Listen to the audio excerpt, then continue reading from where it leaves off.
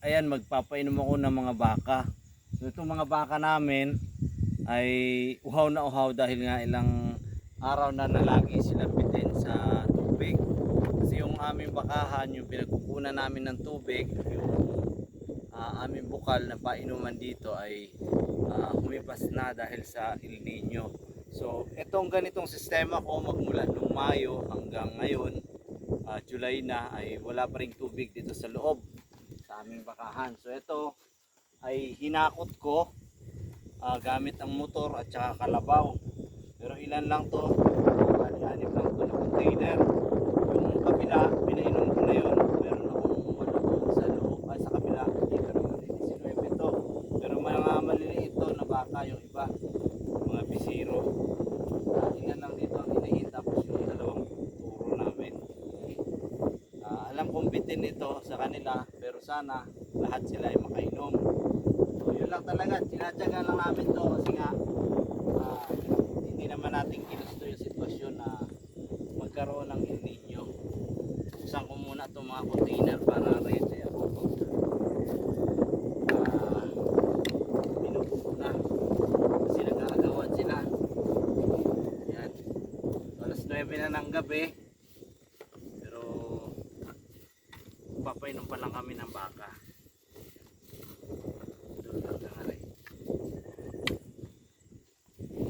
Yan o, uhaw na sila. Yan, mahamon na yan kasi nga kulang sa tubig. Ito, yan.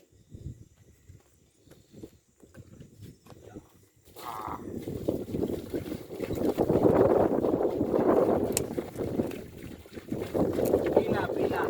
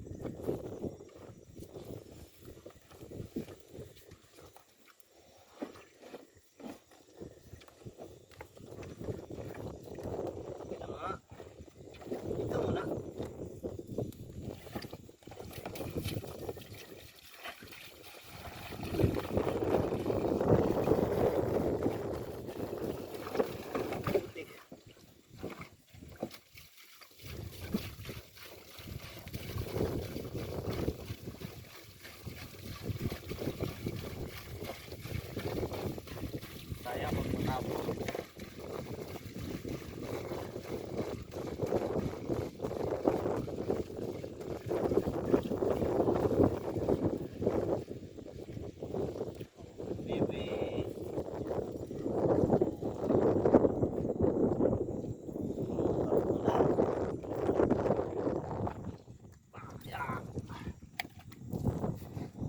Dapat dalawa yung hinati namin drum, kaya lang yung isa nito nandun sa isa kong pinagkukunan ng painuman.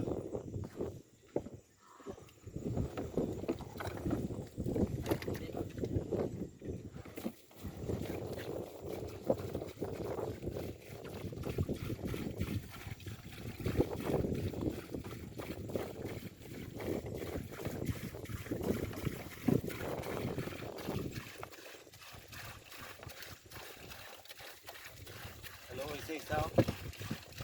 Kuan gid.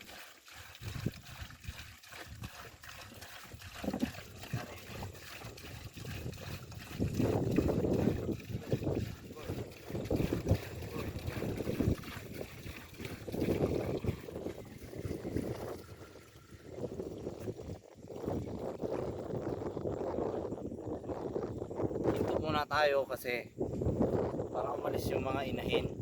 Yung mga malalaki. Umalis na sila sa ako ano ulit para doon sa mga bisiro. Wala na. Ito kanina ka pa.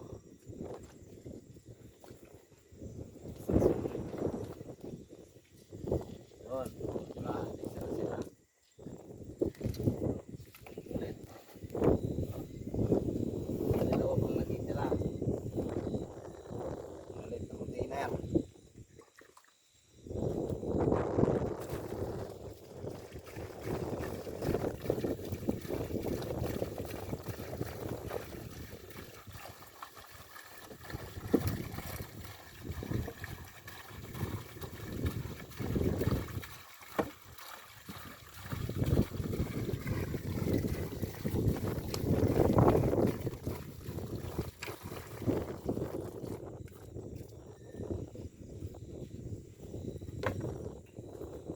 Type down.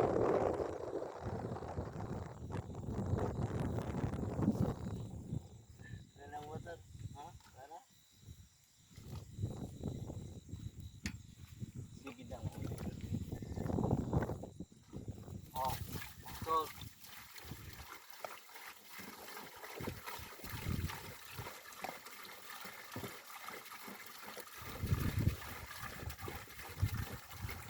huwag naman din. Wala pa.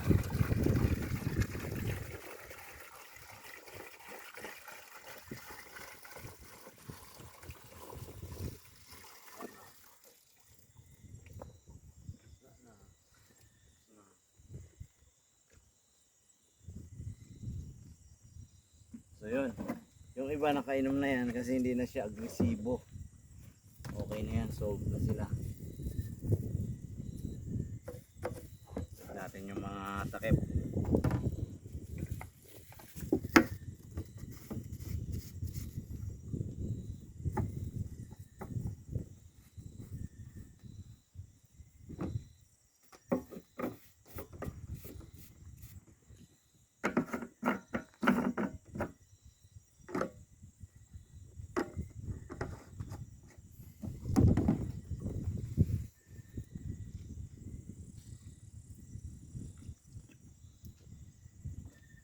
Wow. Noon, tira.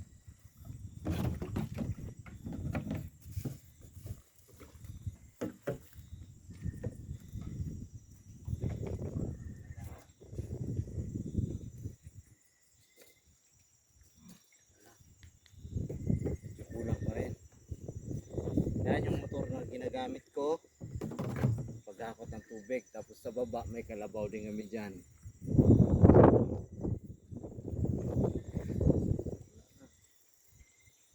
Tapos na.